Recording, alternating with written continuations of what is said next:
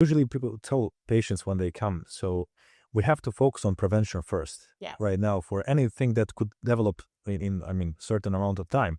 And then we should start working on the issues that you already have. But we have to go through history, of course, to see where the root cause potentially could be and then do the testings. I mean, of course, it is sometimes expensive because you have to dig deeper. Yes. And unfortunately, any kind of insurance doesn't cover those stuff. So, I mean, I will give my best to decrease the cost as we can, but sometimes, I mean, I know for my own health, I spend thousands of dollars just to do testings and then find out where is the issue. And when I found out, I basically, every other dollar that I have, I kept it in my pocket. So I'm not spending it anymore and just doing like regular blood checkups and anything. Because HbA1c is one part, or insulin is one part, C-peptide is one part. But where is the stuff that are leading to that? Yep. So we have to check it. And that, I mean, that's time consuming, especially when you wait for results. When you're in Europe and you're sending it to the US. It's 3 weeks just for us. So for you guys, a week, I'm sure and it's 2 much more. longer. Yeah. What if aging isn't about slowing down, but leveling up? I'm Dr. Isaac Jones. This is the Longevity Leaders Podcast. Hi, I'm Dr. Ashley Beckman, and we're here with the Longevity Leaders Podcast. And I'm here with Dr. Omar Nuhic, who is from Bosnia, and you're an MD there. Correct? Correct. So tell us a little bit about your practice, first of all, and then we'll dive into how this is taking you into the longevity space too. Thank you for having me today.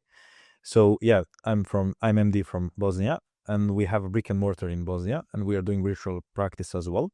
So we are functional medicine based practice. We do as well regenerative medicine there.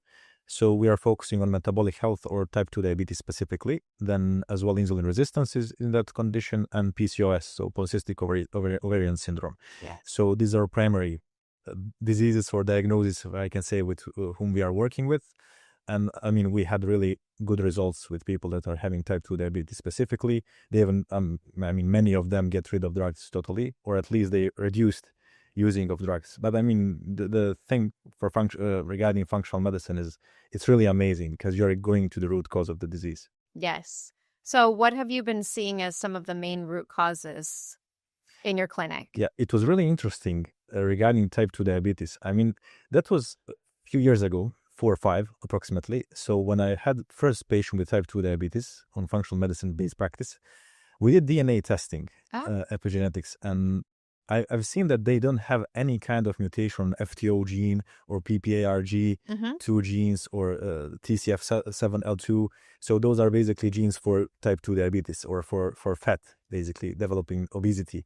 And he didn't have any of those. He had only GSTM1 and GSTT1 null genotype.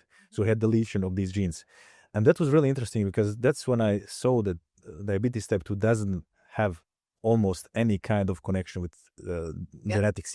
It can be, of course, but that's when I seen that that guy specifically, he had heavy metal toxicity and he had mold toxicity as well. So he had aluminum all over the head and he had ochratoxin A. It was really, really high. So when we started cleansing him, so because of course he had these mutations, so he couldn't do detox properly. So we did step by step. He got rid of, he was using 10 pills a day.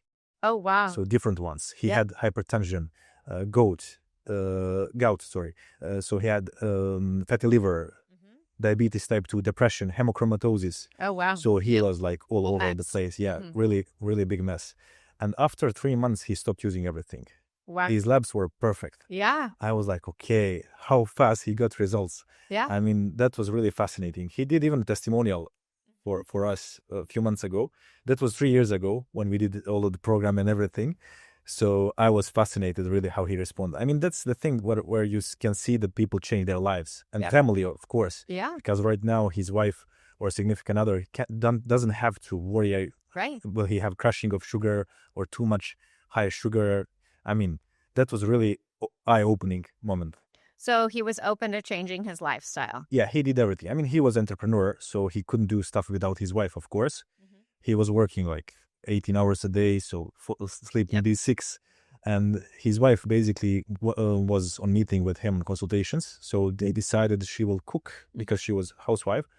She will cook and he will handle everything else. So he was really like like in Navy, so he was following everything. Oh, yes. And I mean, that's why he got results really quickly. So he changed food and everything. And I think that's the thing that's amazing to see is people think some of these things, which they do take a long time, like for mold detox and metals, but the blood sugar, you can regulate that fairly quickly when you make a lot of the correct changes. I agree. Food plays a really crucial role because if we see how we are eating today, it's SAD systems, standard American diet. I call it as well SBD, standard Bosnian diet. It's I was pretty much what's same. like for there? Is it SBD. Oh, no. So there's no much different really, because it's based on carbohydrates all the time. You have some meat, but that's grilled one, so you don't eat that much beneficial fats. So yeah, unfortunately, that's lifestyle. I mean, we have to change our lifestyle if we want to get rid of the blood sugar spikes. So yeah, he did that, and as many others. So, and that's the moment when we saw falling down of the blood sugar. Yeah. Few of them stopped using even insulin injections. So yeah, that was really, really amazing stuff. Yeah, it is really amazing. And it usually does take a family or a team effort, right? Because it's difficult when someone or only one person is choosing to make the changes. And, you know, then they still have treats around the house or things like that. So it's really important to get the whole family on board. I agree. If you don't have support, that's really hard to do. For example, I have advised them, so move anything that's processed or that's non-organic from your house. Yes. Because otherwise he will fail at some time. Yeah. You know, I mean, that's not, I mean, if you're having sweets on your table every day and you're looking at it, and that right now you are having blood sugar spikes and lows, so highs and lows, so you'll have an issue, definitely. I mean, you couldn't handle it anymore. Like after 7 days, you'll reach take one. So yeah, they did every correction that I said they did. So they got really good results. I mean, beside him, there are a few more like specific stuff. What was going on? So one guy, he was doing night shifts for a certain time. Yeah. He developed type 2 diabetes, and he was just on metformin using it, and it was pretty much stable, if I can say so. The most spikes were up to 300. So, I mean, that's high, but still. Then COVID happened. So he was 3 months off. Oh, right. And then we started working. So we get rid of even metformin in like month or so. Yeah. But since he started again do night shifts, his blood sugar again went up, and you couldn't do anything. So that's the point when I told him, okay, if you're going to do night shifts, we are much limited what we can do there. We can support you, of course. Right. We could handle other stuff, but we cannot go, I mean, at any point like you were before. Right. Your body can't handle it. It cannot regenerate itself. You have to give him sleep. You have to give melatonin enough, growth hormone enough, so to regenerate and everything. So yeah, that was eye-opening as one moment. So how much sleep plays a role in blood sugar. And that circadian rhythm, right? When you're going against nature, it is a lot more challenging for the body to, you know, it will react much more. If you're a medical doctor, nurse practitioner, chiropractor, or other health expert that's stuck in a broken system, there's a better way. The Freedom webinar shows you a proven 5-step system to build a 7-figure virtual health practice, or how to modernize your current brick and mortar practice without the burnout. Learn to create high-ticket programs, automated income, residual revenue, and attract clients ready to work with you. Book your $1 Million Strategy session today by clicking the link in the description.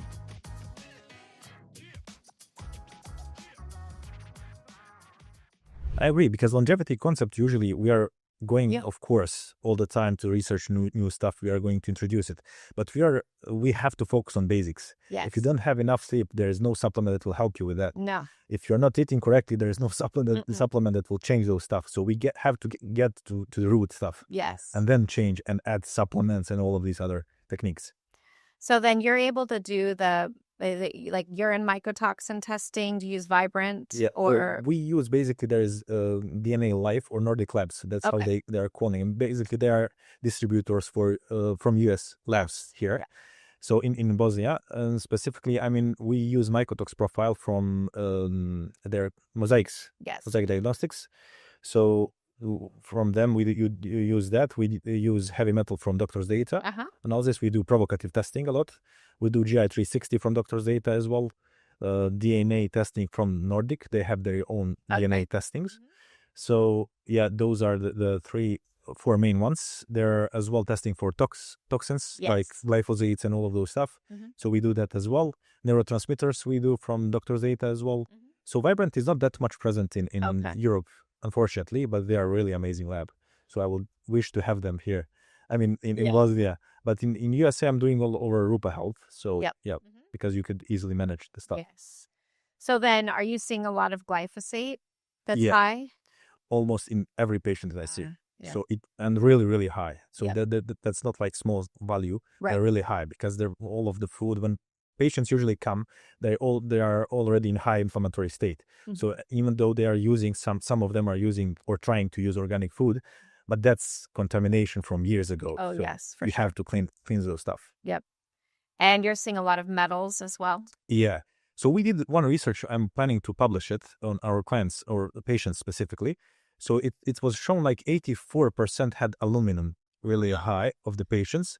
75 had two metals, aluminum and some other.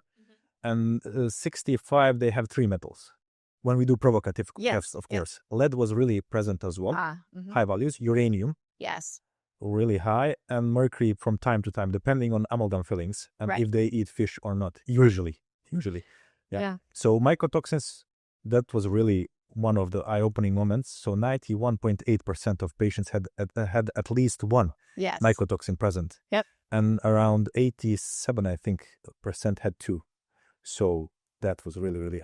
Yeah. In my practice, I don't remember the exact markers, but it was 95% of all my clients have, I'd say, three or more. And now I'm seeing that where I used to think, 6 to 8 markers was high. Now I'm seeing multiple clients with 10 types of mycotoxins. And it's a really big issue. I agree. I mean, unfortunately, before when I started to do functional medicine, this was the moment that I oversaw those stuff. Because since I started functional medicine and I had my own health issues, that was my eye-opening moment. So, because I had more toxicity from our childhood. Yes. So we were in war during 90s. So afterwards, the houses and everything were pretty much destroyed, and then you're building it from scratch. So I had mold toxicity, I had strep infection, I had dairy reaction, so I had MCM6 gene mutation.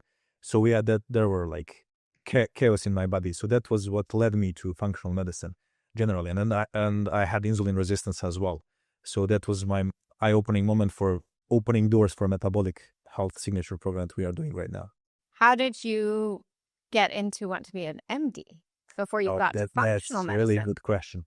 So my grandma, I was really connected to her when I was in high school, so fourth grade. So end year.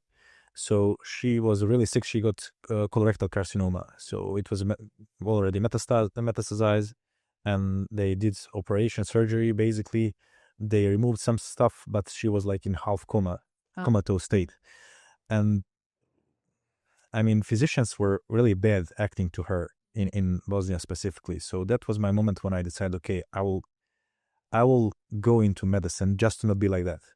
So at that point, I wasn't looking at any other stuff. Right. But I was really, really connected to her. And when I saw those things, I said, okay, I will pass the exams, everything, but I'll at least try to be human. Right. At least that's most important stuff. We can do whatever we wish, but you have to be human all the time, and you should put yourself in shoes of another person when you see them at the practice. Yes. So I got goosebumps when I mentioned those stuff, because really it was hard time at that part. They gave me their own apartment, so I would sell it to go to medicine, to medical school, because I didn't have money at that time. So yeah, in Bosnia it's different stuff than it's in USA, because you have scholarships and everything. In Bosnia you don't have that many, so it's pretty much hard to do those stuff. And then when I was like sixth grade or year at medical school, I had developed really serious issues with my own health, and then I started to research. I was using a lot of antibiotics, like 4 times a year. I was on like 2-3 different antibiotics. Wow. 1 month I'm drinking antibiotics. So my gut was horrible. Yes. I was like bloated all the time, constipated, had pain, vomiting even from time to time. My blood sugar was up and down. I had headaches every day. I was using aspirin or acetylsalicylic acid. Yes. So yeah, I was in chaos really. And then I started to research, and then that's the moment when I found Dr. X and his website and everything. So I found another way. That's the moment when I found out about functional medicine. Then I signed up for it, and then my journey started later on. And how long ago was that? It was like 7-8 years ago, approximately. So 2018. So how have your clients been open to functional medicine? Like it seems unique, right? Where you are? Or is it getting more popular? Yeah, it's really good question. Right now it's getting more popular. But when I started to do that, everyone was asking me, okay, what are you doing? What the hell is functional medicine right now? And I mean, the thing is, when you're starting functional medicine, so usually patients bring you all the reports that they have from previous years and whole history. And then you have to sit down, you have to go through the reports and make some notes, and then make whole plan, strategy to treating them according to that. And at the beginning, it was really hard because you have to catch all these details. Yes. But right now, it's not that much hard because you have experience, you have everything, you have more knowledge than at that point of time. And I mean, right now, they're pretty much open. I mean, there's a lot of TVs in Bosnia specifically, and in Balkans, Southern Eastern Europe, where I was as a guest speaker. So I gave a lot of lectures in Europe all over it. So yeah, right now it's pretty much popular. People are seeing it, especially regarding the lab testing and everything. I think that US played a really crucial role regarding opening the doors for functional medicine, even though I'm the only one. So they're, yeah. But I mean, still, Bosnians are usually speaking English really good. So they don't have the issue with listening podcast or something else. Right, yeah. So yeah, for example, they heard a lot about Dr. Isaac, Dr. Hyman, and X as well. So those are the three ones that usually they listen to. So yeah, that was the door opening moment. And you're implementing some longevity now too. Is that right? Yeah. We are starting to, from the 1st of January, we are right now preparing the signature program regarding longevity stuff. So we'll do it as a 6-month program. So where we'll introduce all of these things that we were researching through all these years. And I mean, the basic stuff that I've seen, for example, in this patient that I mentioned before, like he was using 10 pills and everything, we did true age testing on him. So it was really interesting. Wherever he had toxicity or issues with, so their ages were pretty much higher than he was chronologically. Yes. So that was the eye-opening moment as well. So I've seen that if you want to solve issues or you want to have a longevity concept, you have to work on all of these previous stuff, toxicities, gut health, so all of these things. Yeah, so I'm really looking forward to that. I know it's fun. I love toxins, of course. That's mold got me into this arena a little bit deeper. And again, it's those things, right, of when you know, however it manifests for you, it'll go to a weak system. But you can't hop right into longevity without cleaning up things first. 100%. And those true age and true diagnostic tests will show you some weak areas or areas for improvement. Yeah, where are you at? Yes. Yes. I mean, amazing stuff. There's one more thing what I've seen connection really with longevity as well. Lyme disease. Yes. So I wasn't aware how many people have Lyme. Yep. I mean, like 80% approximately from our patients at last year that we tested. In Bosnia? In Bosnia, yeah. I mean, although even some of them come from Germany or Austria, they come on brick and mortar practice, but still 80% of them, when we do protein sequencing, immunoblood testing, and then you do immunodeficiency CD57 and all these testings, you can see them, they're positive. And no one ever treated them because they didn't have that bullseye. The bullseye, right? Yeah. Yep. So that was horrible experience at the beginning because I was like, okay, it should be some symptoms, but usually what they had is chronic fatigues, and joint pain and migraines. Right. Yeah. Like fibromyalgia. Yes. Yep. Yeah. And that's, again, that was part of my journey. And so you just, you keep learning and diving in and learning more because a lot of the things that we were taught, and especially even, I'm sure for you through traditional medical school, you're not taught to put these things together at all. Not at all. I mean, you're just used to, like, if you have bullseye, give antibiotics and that's it. And you're good. Yeah. you should be good. 2 weeks. And then afterwards, if you have some issues, go to psychiatrist or psychologist. There's something wrong with you mentally. In your head, yeah. So you have to fix those stuff. But I mean, this is really, I mean, I enjoy helping people really, because when you see someone that gets rid of the disease or symptoms that he has or she has, I mean, that's, my heart is full really. For example, this guy, I mean, I give definitely this time, I give him a hello and then everything. I want to thank him for everything that he did all over these years. And I mean, if one gives me even like, I don't know how much of money, when you see the one specifically that he solved his issues, right? You cannot pay those stuff. Your heart is fulfilled. No, and especially getting them off 10 different types of medications. And people, again, they're usually just in that routine of thinking that this is the way their life is going to be, but they do have to have the motivation to make the changes, right? Because they're not going to be able to just take one magic supplement to fix it all. I agree. And there is one thing as well, which was really interesting regarding the patient. So he's originally from Austria. So he went, like, I think 1 year ago, he went to his usual endocrinologist, diabetologist. So she told him, like, okay, let's reduce the drugs that you're using. He said, like, I'm not using any, like, for 3 years already. So that was really interesting. I mean, yeah, but you have to be disciplined. There's no way. Well, and what's nice is as an MD, you can do that, right? A lot of us under our scope, we still have to, have them go back to their prescriber to make any adjustments. And a lot of them are not always, super open to that. Do that, yeah. Right? They just think there's no way they would not need this anymore. But then the blood work will show. Yeah, 100%. I mean, what I usually advise them, okay, try to find another one. If I can't refer to something like regarding some drugs or something, I'll try, for example, if there's symptoms regarding like fibromyalgia or something, if they are going to refer to neurologists to give them, or MS, for example, multiple sclerosis. So you have to find another one who is open to work with you. Yes. We are not robots to just give us one thing and just follow us for 5 years or 10 years. Right. So I'm a human being or living organism, and my body is changing all the time. If it's in inflammatory state, some other things will be affected 100%. So it's just a matter of time. Yes. Yep. And they're caught in that loop, right? Of just then more things become problematic as they get older, and 100%. It's a bad cycle. Yeah, usually people tell patients when they come, so we have to focus on prevention first right now for anything that could develop in certain amount of time. And then we should start working on the issues that you already have. But we have to go through history. Of course, to see where the root cause potentially could be and then do the testings. I mean, of course, it is sometimes expensive because you have to dig deeper. Yes. And unfortunately, any kind of insurance doesn't cover those stuff. So, I mean, I will give my best to decrease the cost as we can. But sometimes, I mean, I know for my own health, I spend thousands of dollars just to do testings and then find out where is the issue. And when I found out, I basically, every other dollar that I have, I kept it in my pocket. So I'm not spending it anymore and just doing like regular blood checkups and anything. Right. Because HbA1c is one part, or insulin is one part, C-peptide is one part. But where is the stuff that are leading to that? Yep. So we have to check it.